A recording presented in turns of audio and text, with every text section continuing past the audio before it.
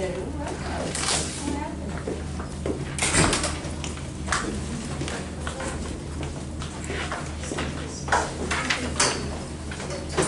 Page 38, find the range of this function right here. Range, think is that y or x? Angelica. Dennis. Nelson. Gladys. Cecilia. Eileen. Edo. Tanya. Andres. Jacqueline. Alba. Jordan. Okay.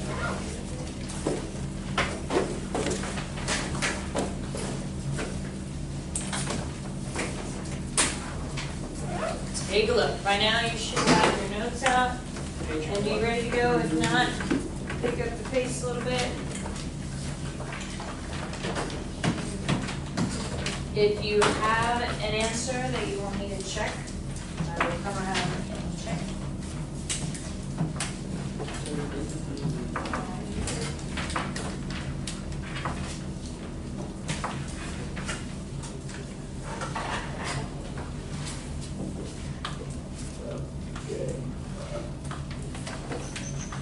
Answer to check. 30. Range. So range is talking about your x, your y. Well, so think of like if you're riding an elevator, y-axis, you want to talk about where there are y values and where there are not. So if you go y-axis like this would mean that all of these have points except for right here at 0, there's no point, right? So you can see between the lines.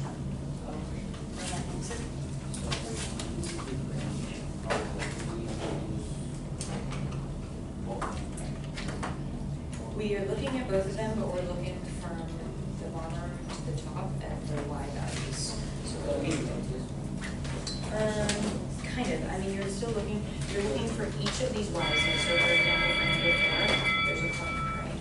For -3, there's a point. For -2, is there a point? No. So we know like we don't include to the range because there's no points at -2. At -1 is a point. There's a point. There's no points, right? So we have all of these except for -2.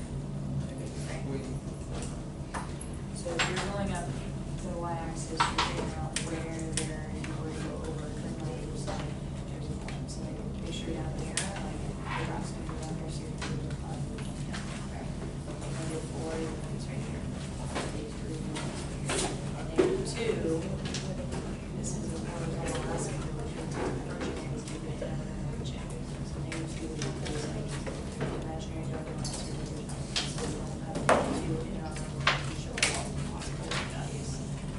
One, there's -2, all of here, like all of these. Stop. For -2 out, and then for -2 all in. And all those values are negative. For our domain, we do this one. +2, there's a plane, right? So like all of these points from -2 all are good. Like nothing special happens at +2. So if we go with our domain, we're good from here this going to be right, all the way into like wherever this point would be. Which they don't ask us about the domain, but like if I asked about it, we were this first line is at like, I don't know, it's hard to say, 3 or something. But if it was at 3, I'd go from 3. Stop. 3, 2. Cool. Okay. Anyone else need me to check really quick before we go over? Still thinking about it? Still thinking about it? Not quite. So, where did you get this 5/3?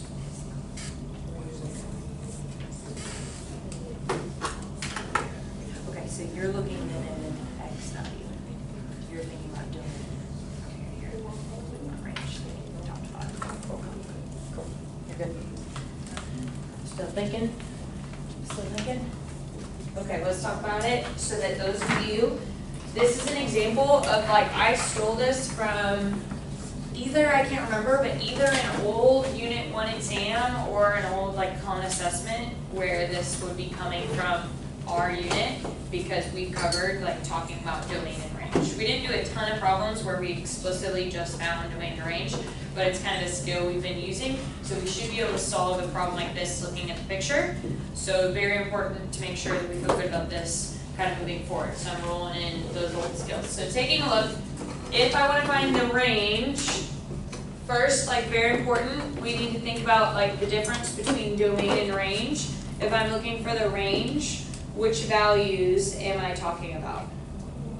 The y values. So I'm talking about if I'm like almost riding an elevator up this axis, where do I have y values and where is that y value not included in our graph, okay? So notice all the way from down here, like this is -1, 2, 3, 4, 5. At -5, I could find, like, my hair is going down here, a point on my graph, right? At -4, there's a point on my graph. At -3, there's a point over here on my graph, right? So all those values from -infinity, notice they all start with -infinity, are good, good, good, good, good, until, what's the first value? Raise your hand if you tell me the first value we get to, where we do not have any points in our graph, and it's not included. Alba? -2. At -2, we have what we call a horizontal asymptote. So that is not a piece of our graph. And so we're going to go from -infinity all the way to -2 and stop. Okay? And I put a parenthesis to say, like, throw out -2. And then if there were no points up here, then that would be our range. But I see more of our graph above -2. So we're going to go then from -2 all the way to infinity to get all of those points above -2. So our answer would be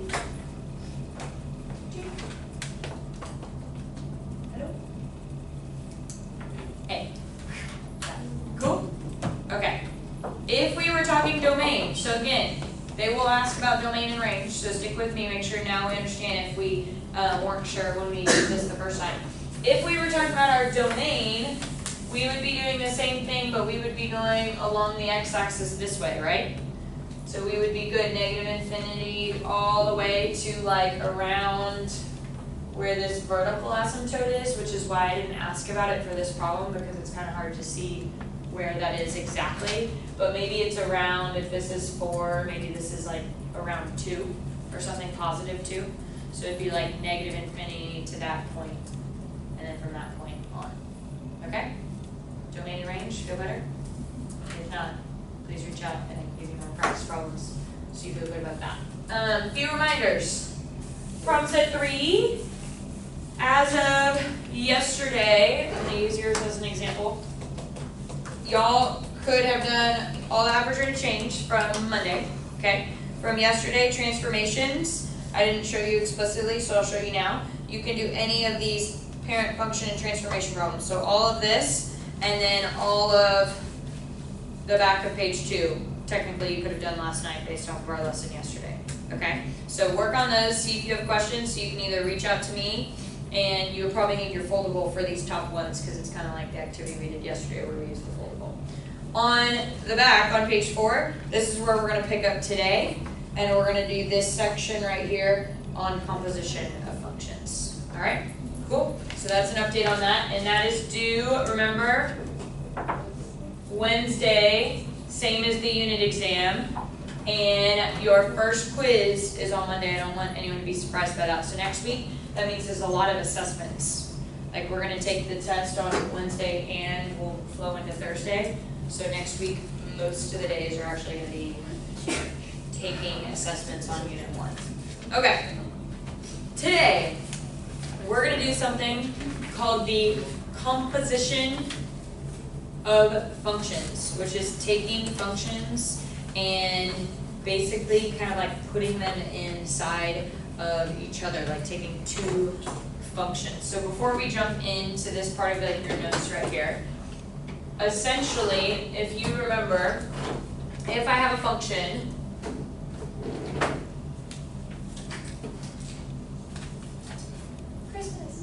f of x equals x squared, right? Whatever is in this spot is basically what I have here. So if I want to find f of 6, what will we do?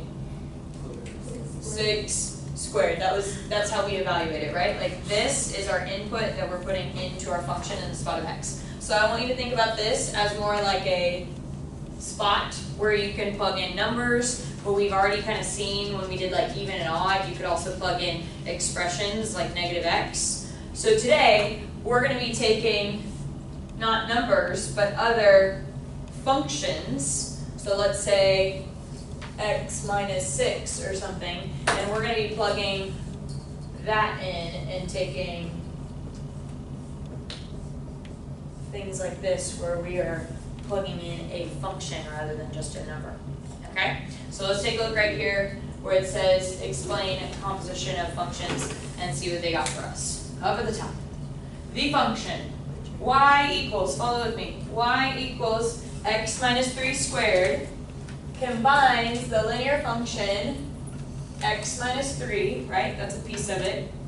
X minus 3 with the quadratic function y equals x squared. See how I like took this and I put it inside of that one?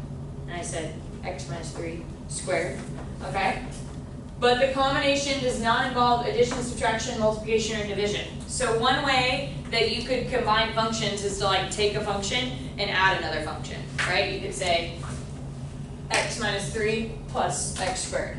We didn't add them, we didn't subtract them, we didn't multiply them, we didn't divide them. I literally like took this one and put it in that spot for x, almost as if that x was like a box that I like posted inside of, okay? So that's what it's called when we say a composition. That's what we're meaning. We're not adding, subtracting, multiplying, dividing.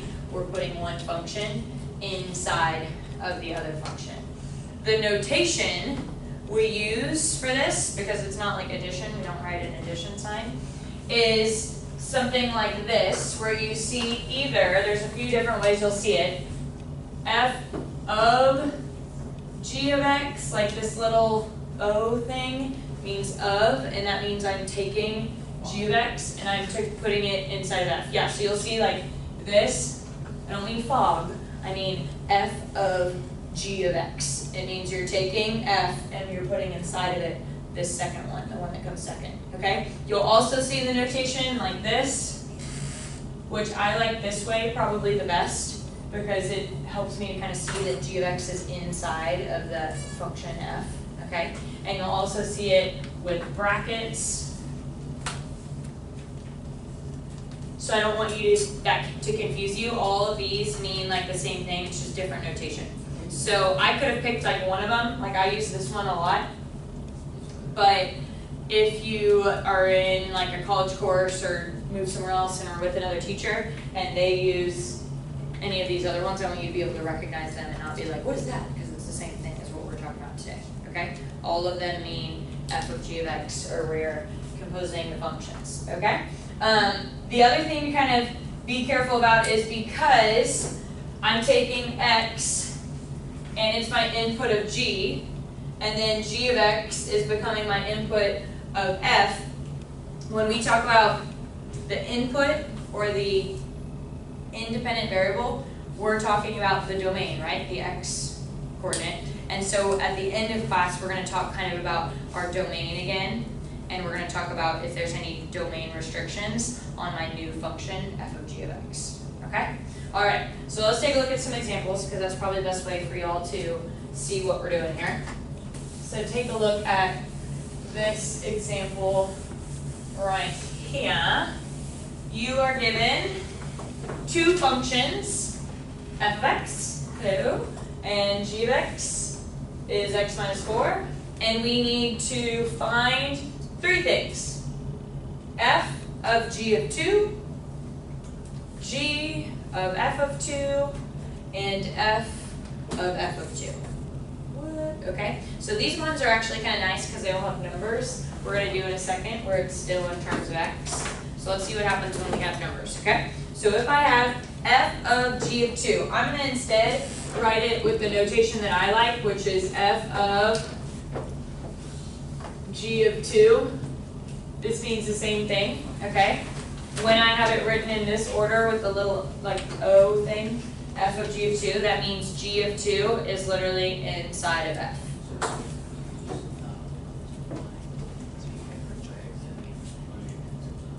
Perfect, so Nelson says, first, I'll kind of repeat him a little louder. He says basically I need to find this one first. So let's find g of 2, okay? Let's take g of 2, let's see, Angelica, how would you find g of 2? If this is g of x and we want g of 2, what are we going to do? Plug it in, so you'll get, what will we write? What would you write? 2 minus 4. Cool. And 2 minus 4 gives us anyone? Negative 2, okay? So we get, in this red spot, we basically get f of 2 is equal to, or sorry, g of 2 is equal to negative 2. So negative 2 is what I'm plugging in to f. So I'm going to say f of, what did I get for g of 2? I said that's equal to negative 2. And now I'm going to find f of negative 2. So now I come over to my f function, and I say negative 2 squared plus 1. And again, be careful, we can do this by hand, but if you're doing it by hand or on a calculator, you gotta think about that as like negative 2 squared. The negative is inside the parentheses, right? So negative 2 times negative 2 is plus 1, 5. Okay? Not that bad? Okay. Let's try this one, and I'm going to kind of just like calling y'all to lead me through it. So I'm going to rewrite it first as g of f of 2. So let's see if it makes a difference if I change the order, because I'm still plugging in 2, right? But this time I'm taking g of f of 2 instead of f of g of 2. Okay, so first, Eileen, what would you do first? F of 2. Okay. And what would you do to solve that? Plug it into the first equation. Okay. And what do we get? 5. 5. Okay. And then, Dennis, I'm going to take this 5, and what am I going to do with it? Now I'm going to plug that. Which one, F or G? Plugging it into G, right? Okay, so now I'm plugging it into G, so I'm going to say G of 5 is equal to 5 minus 4, which is what? 1. So, Tanya, do I get the same thing for f of g of 2 and g of f of 2? No.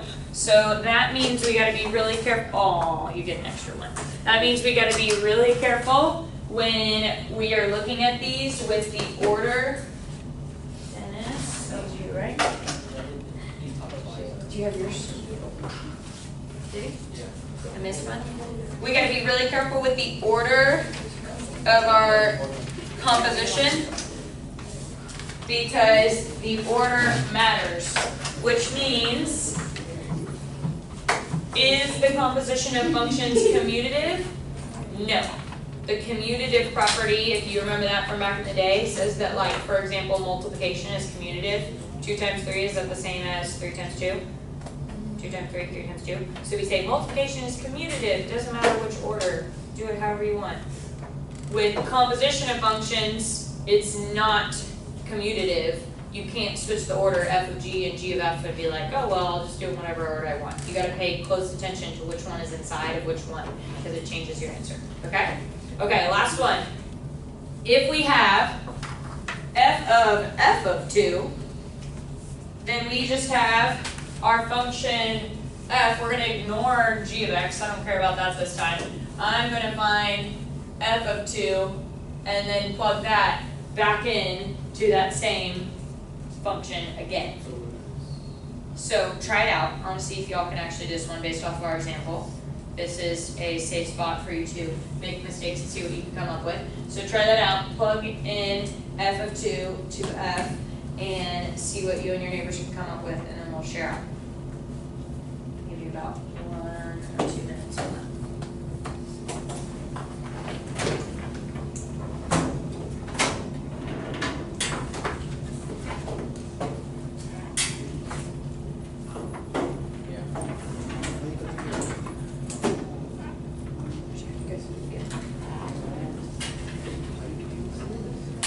Check with your neighbors. Once you get an answer, make sure you got the same thing as your neighbor.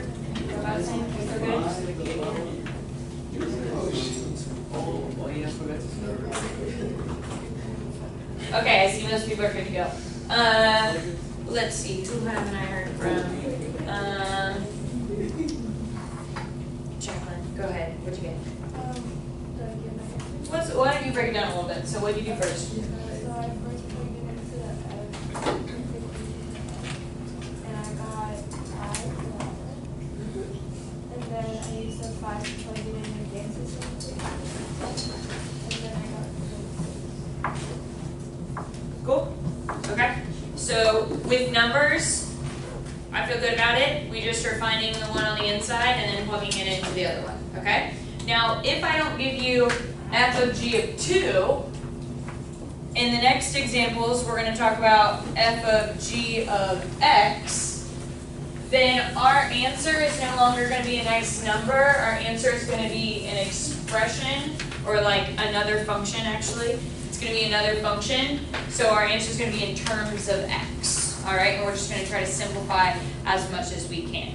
So let's see if we can kind of keep track of this in our brain. So first one, we want f of g of x. So f of, and I want to put g of x inside, but I don't have a value to solve for. I literally just want to take g of x, x minus 4, and put that expression inside of f, okay? So here's how I kind of think of it. Like if this is our g of x, right? See how I wrote it in red? It's up here in red, okay? I'm going to take that, and I basically want to plug it into my f of x right here, which means I'm plugging it into this spot right here, right? Okay, so I'm going to take f of x and say f of x is something squared plus 1.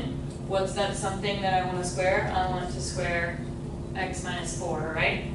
So I'm going to say x minus 4 with parentheses to say I want to square that whole thing and then add 1. Okay? The only thing that you might have to do with this is simplify. Okay? So in this case, you could leave it like this because it's not going to be like a number, but let's say you're on a multiple choice and you're like, okay, got it. And then you look at A, B, C, and D, and none of them say that. It might be because they went ahead and simplified. For example, this first part, you could do a box and expand it and find the like x squared minus that whole version of it. So let's do that quickly to see what we come up with. X times x is x squared minus 4x plus 16. So we would have x squared minus 4 is minus 8x plus 16. And then we also have on the very end, because that's just this part, we have plus an extra 1. And if you add that together, we would get x squared minus 8x plus 17. So these are equivalent functions, so you just need to watch out for simplifying and find an equivalent answer. Okay?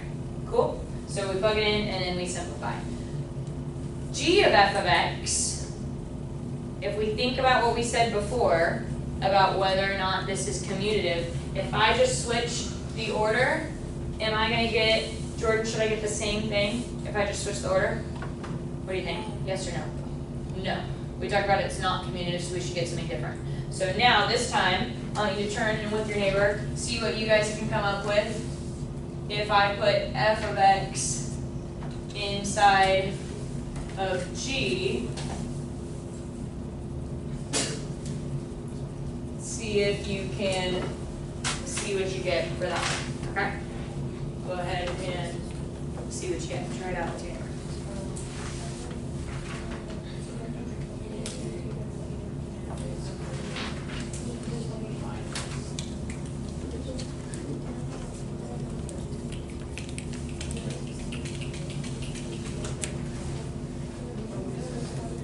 Good, perfect.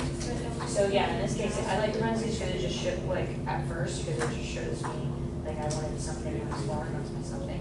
But like you notice, like, I'm not multiplying it in front, and this time I'm not squaring it, so then you can just drop it if you don't need it. And then you can actually do 1 minus 4, yeah.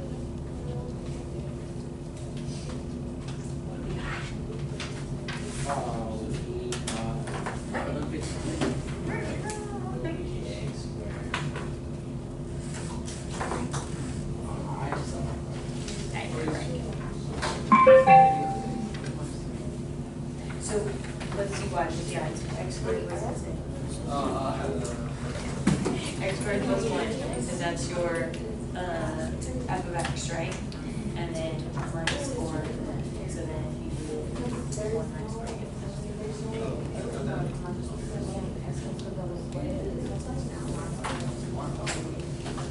okay, let's see how we did.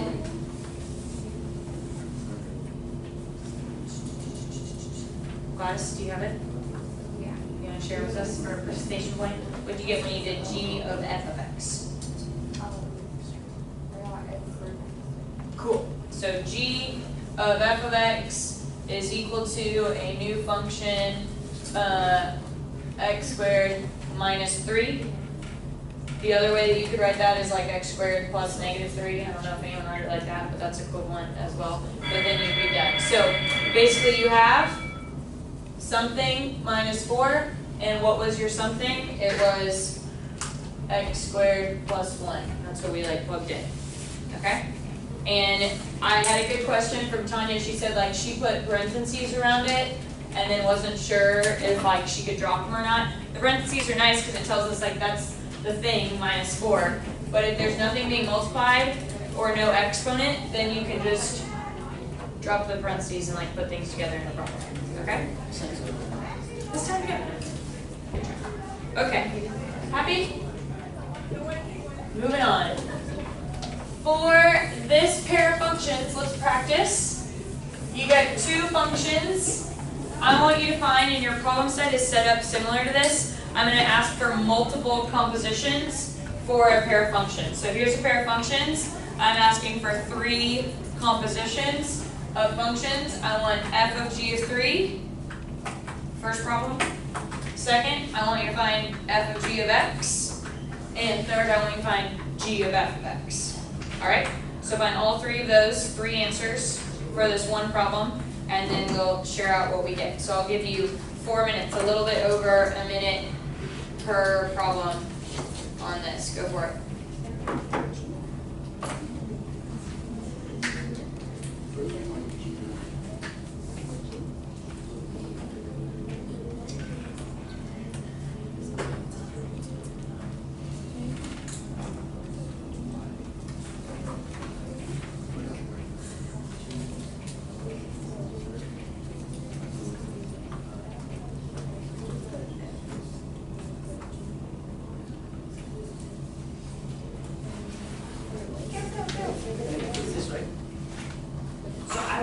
One thing with this is f of g of 3. So which one's inside? Yeah. But x is 3 in that case. Yeah. Cool. So first you're going to write g of 3. And then we're going to do that. Okay, so okay, what do you get?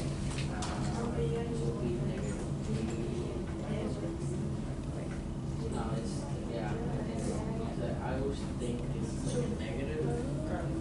Gotcha. So 3 squared. So write it down. So you want g of 3 first, right? So like f of is g of 3. So keep it nice and organized and hold out. You do it at the end. Then you just get unorganized. Good. So write it down. Write it. Okay, g of 3. Good. G of 3 inside. Cool. So first you found g of 3. Plug in 3 here. So then g of x because you want g of 3. So first do g of 3. Do 5 minus 3 squared. And then you'll put it in that one. There you go.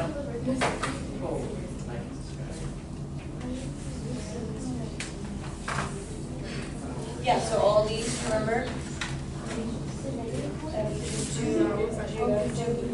Plugged in the number to the first one, and then you took that answer and you plugged it in to F, right?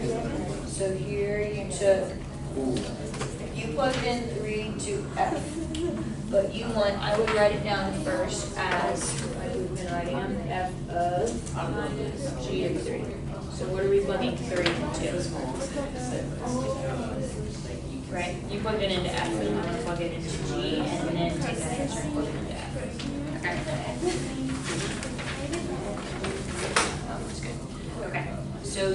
wanna take f of g of x, write it in this form right here, like this for me, f of g of x. So that tells you that you want f on the outside, so you want this on the outside, but you wanna plug into that x, make sure this x is like a box, right? You wanna put into that box, into that g of x, you wanna put this g of x, see how it's inside? So you wanna take this whole thing and plug it into that x, like box right there. So you basically want f of x, right, is 3 times like something plus 1. What do we wanna put in? Like usually it's f of x and we put x right here, but we wanna put the entire g of x inside of it. So you're gonna have 3 times 5 minus x squared plus 1. Okay, so plug that expression. Yes, but like the squared is only on the x, right? You're not squaring this entire thing. So put the squared inside. So that then you can, okay, close your parentheses, then you can multiply 3 times both this and distribute. Okay.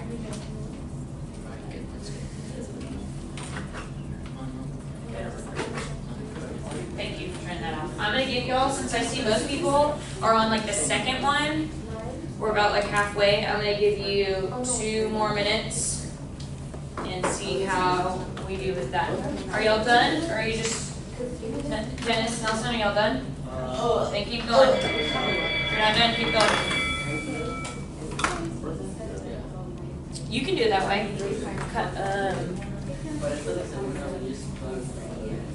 Okay, so f of g, oh no, not quite. Okay, so let's erase this.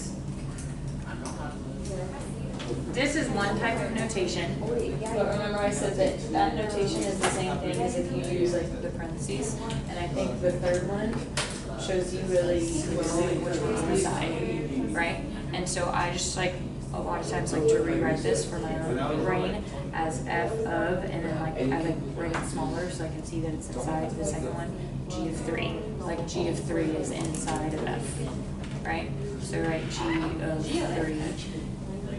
That, and then close the parentheses. So that shows you that this g of 3 is inside of f. That's what this means. So now you're going to put 3 in the g, and then what you get is going to go inside of f. Okay?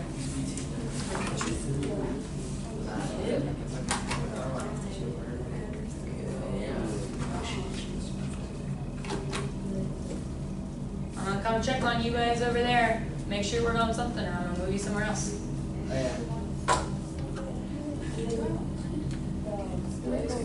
Check this later. Fine, but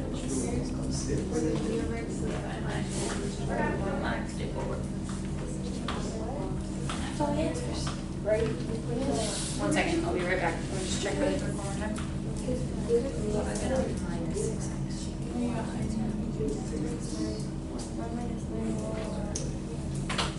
Okay. So after you do all of this, it's like a negative in front. So you need to do the negative in all of them. So I'll change this. You need to like distribute that. Alright, that was our 2 minutes. So let's see where I'm gonna answer her question and we're gonna come back together. 5 minus something squared and multiply it again.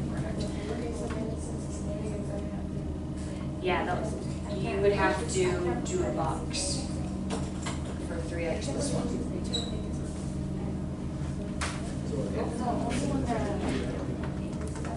Only when it's outside. If it's on the inside, then it means it's only squaring like the thing in there. Oh, here. Which one is this? Which one are you doing? So this is problem 1. You know this one? Okay. So I think what you did here again is you're putting the wrong one inside of the right one. So you're taking G and you're putting, you put F inside of G. So we want to write it as F is on the outside and G of X is on the inside, right? So I want to start with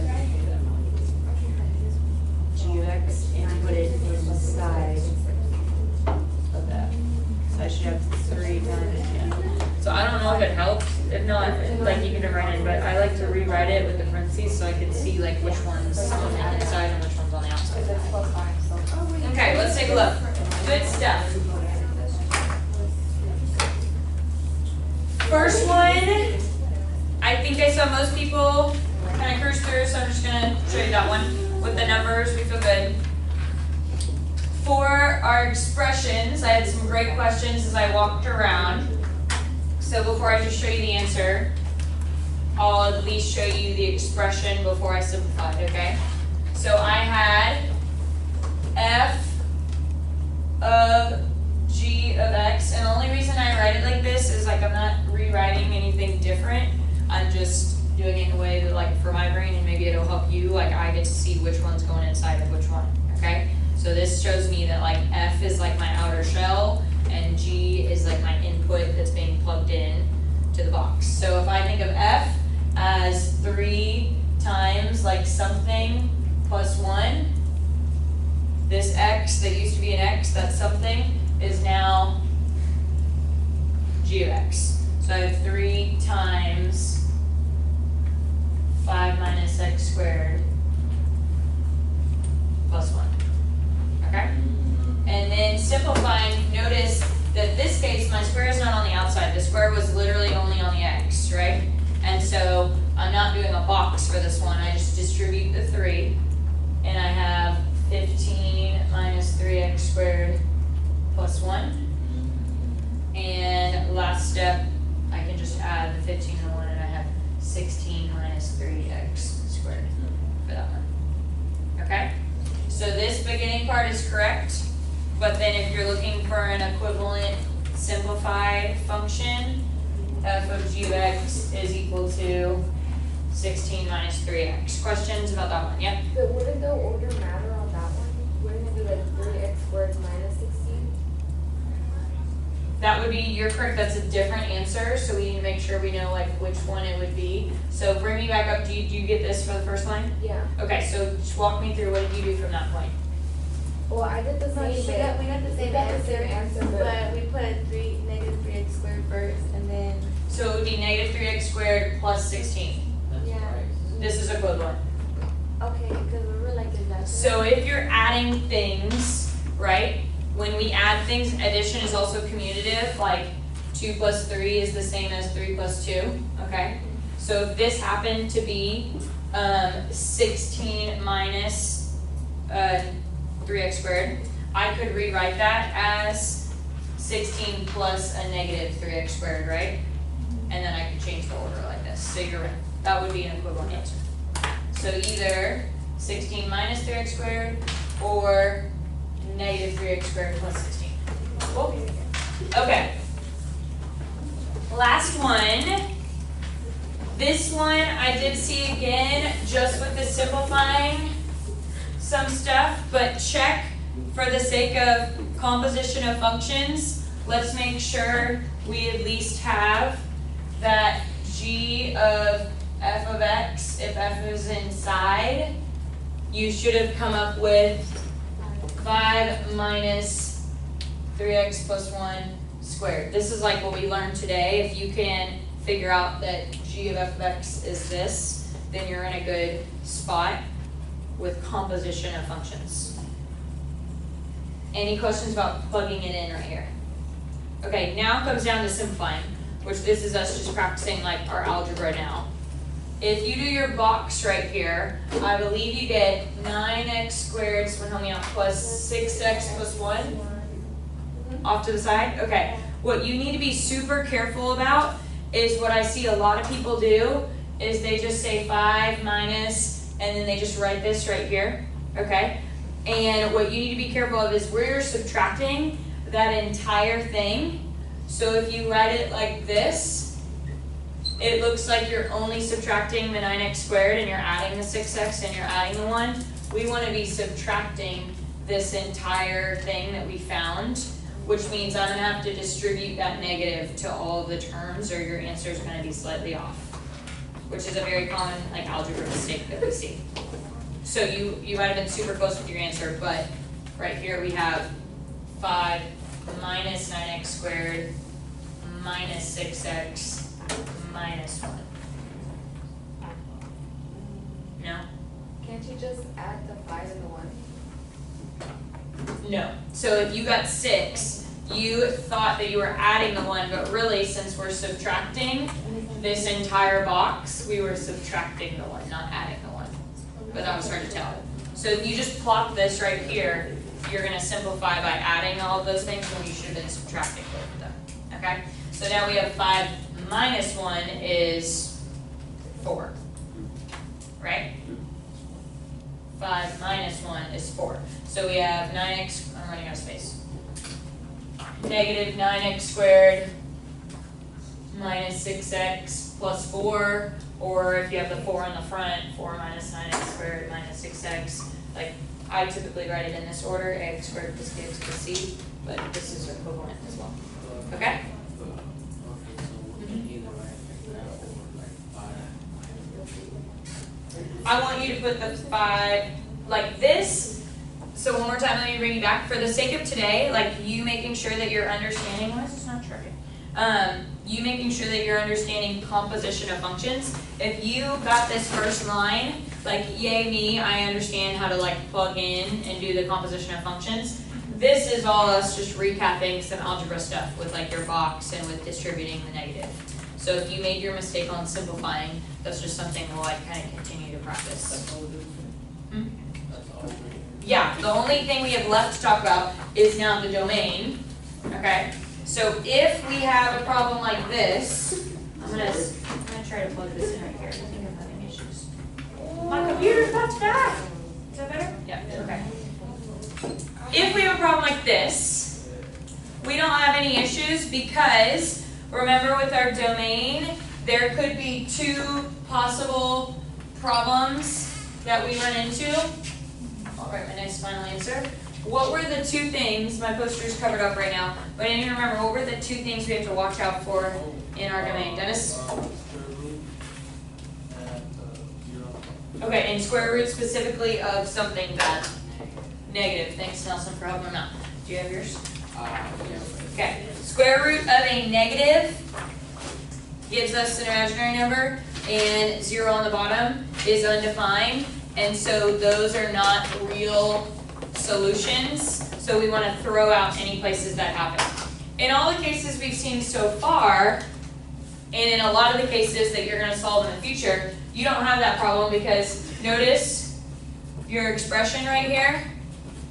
We don't have any issues in either of the functions or in this one where we have like division by something or a square root where we have to worry about that, right? So for these, our domain would be everything, all real numbers, negative infinity to infinity, okay? In problems like this one, which we're going to practice next, the same thing. When you get to the end, we need to stop and think about our domain if it asks us to. And in this one, what issue might we run into from looking at these functions? What do we maybe need to be careful of from the beginning? Eileen, what do you think? 0 on the bottom, right? Because we have a bottom that we have to worry about with a fraction. Okay? So let's solve this one as one more practice, but then we're going to talk about its domain restriction when we get to the end. Cool? Okay. We want to find fog, f of g. So again, we're trying to sort out, because the order matters, which one's on the outside, which one's going inside.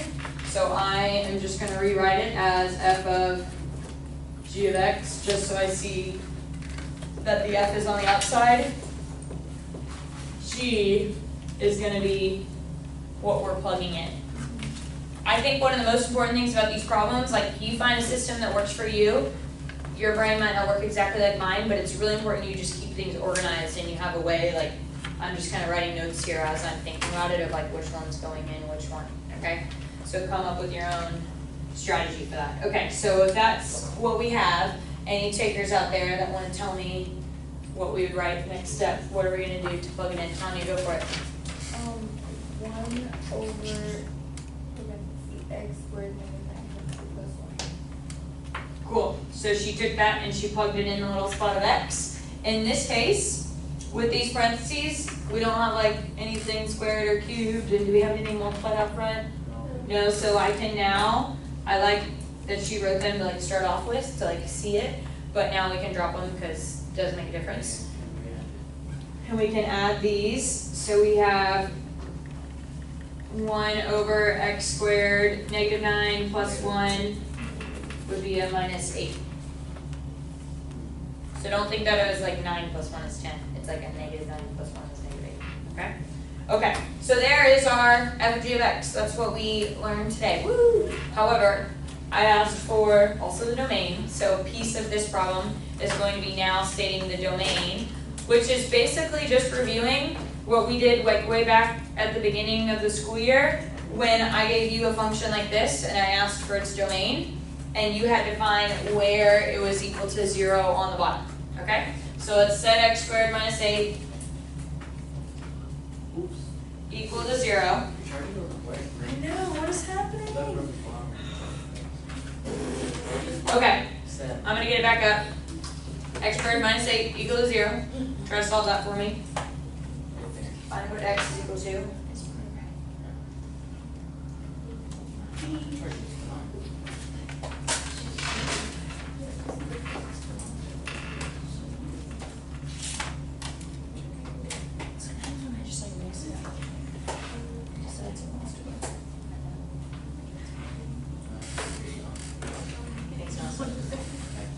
Solve. We're just gonna have to go old school this time. We lost our PowerPoint, that's okay. So you guys just keep on going. Solving this, where does x equal then? Okay. Let's take a look. See what we got. Alba, what'd you get? What'd you get?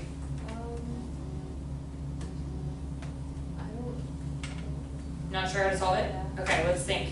So let's talk about how we solve something like this. What's our thought, like what can we try first? Angelica? You add 8. Add 8 over, so x squared equals 8, okay?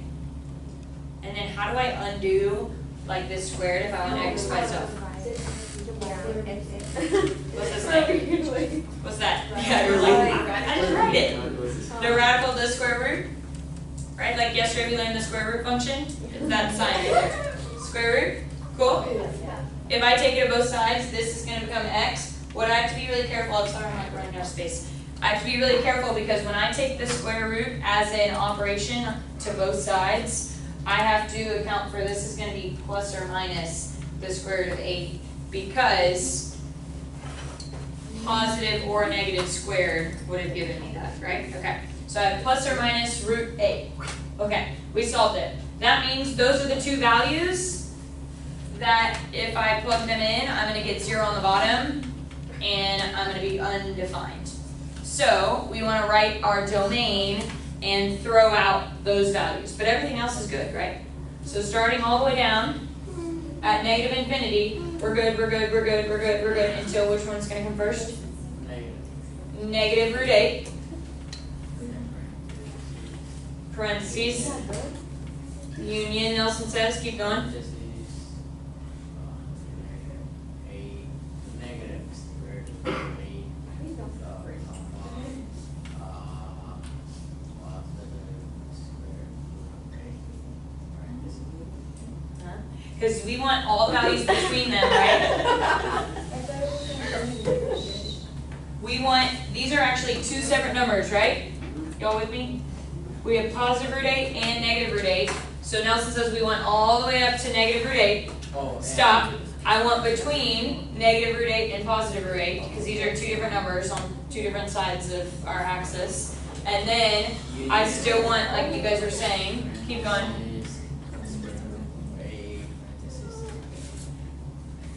Okay? Yep. You ever want us to like actually solve Y'all listen up for me. Go ahead. what's it called? The 8? I can always Find the square root of 8. So if you were on,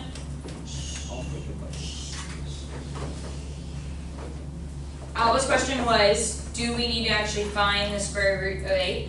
If this is on like a calculator section, you could potentially, like in your answer choices, if you see a like decimal right here, they might have found the square root of 8 to 3 decimal places and like write that decimal right there. But this question in general would probably be on a non-calculator section, because you can do the whole thing without a calculator as long as you leave it as root 8, and then you'd be fine. So I don't expect you shouldn't know that decimal off the top of your head, and on a calculator section it would be possible to write that. If you're just doing it on your problem set and you pick up your calculator and you find it, I will give you credit for either one, like any equivalent one. Yep. So this is the answer. It was 2 parts, right? What did they ask for? They asked for f of g, that's that, and the domain, that's that. Okay? F of g, got it. Domain, got it. Okay.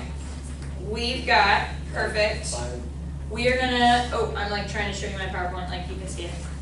We are gonna go to this last, we're gonna skip the your turn right there, and especially because my other classes definitely won't get to that because they're a little shorter. Go down to the bottom where it says example 3. It's about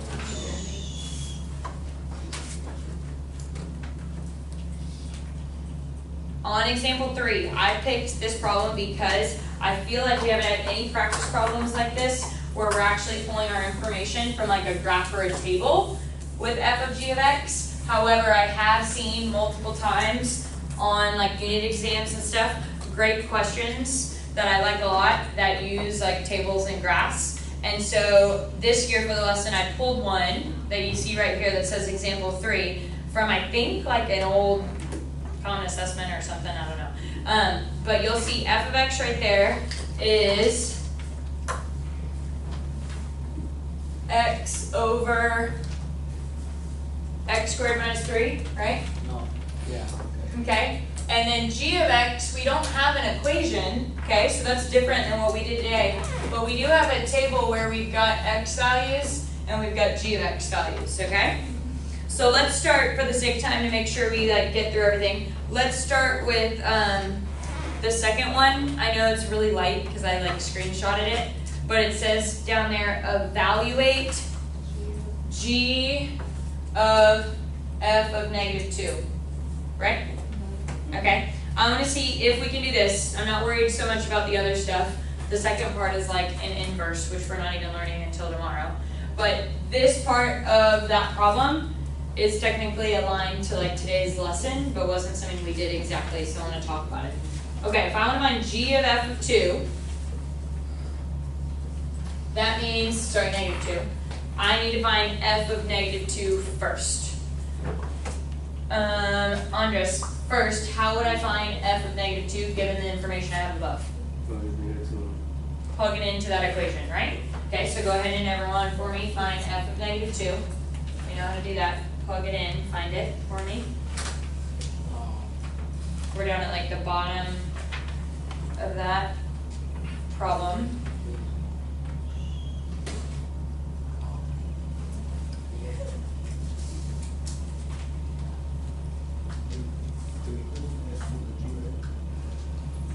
First, you gotta find f of negative 2, which Andres said is this is our function.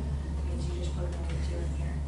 Then we're gonna take that answer, f of negative 2, and plug it into g. See how it says inside of g. Exactly.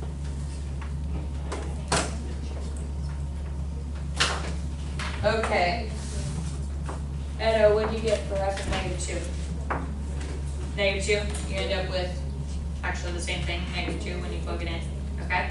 So once we have that, that's what goes inside of g. So we want to find, that means we want to find g of negative 2, which you're like, I don't have an equation. But if I want to find g of negative 2 from a table, take a look at your table, raise your hand if you can tell me how or like what g of negative 2 would be equal to from that table. Angelica, what do you think? Alright, check. Negative 3. Because when x is negative 2, it tells you g of that x is negative 3. So we just went to our table and found that point. Negative 2, negative 3. Okay? It seems so easy right now, but I know, and the quiz is so hard. So I would say when you're doing your problem set, look at the examples you've been doing, but try to also do things like on your own, pretending it's on the quiz where you don't have it, and see what you get stuck on, because those are the things you need to like recap or ask me about. Okay? Alright. Have a lovely lunch. And I'll see you all soon. I gotta find a marker that works.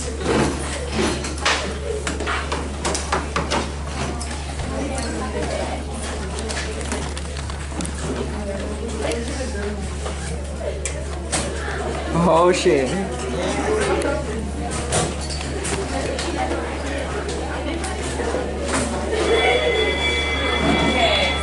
I think tomorrow I might go back to the speech because I don't know.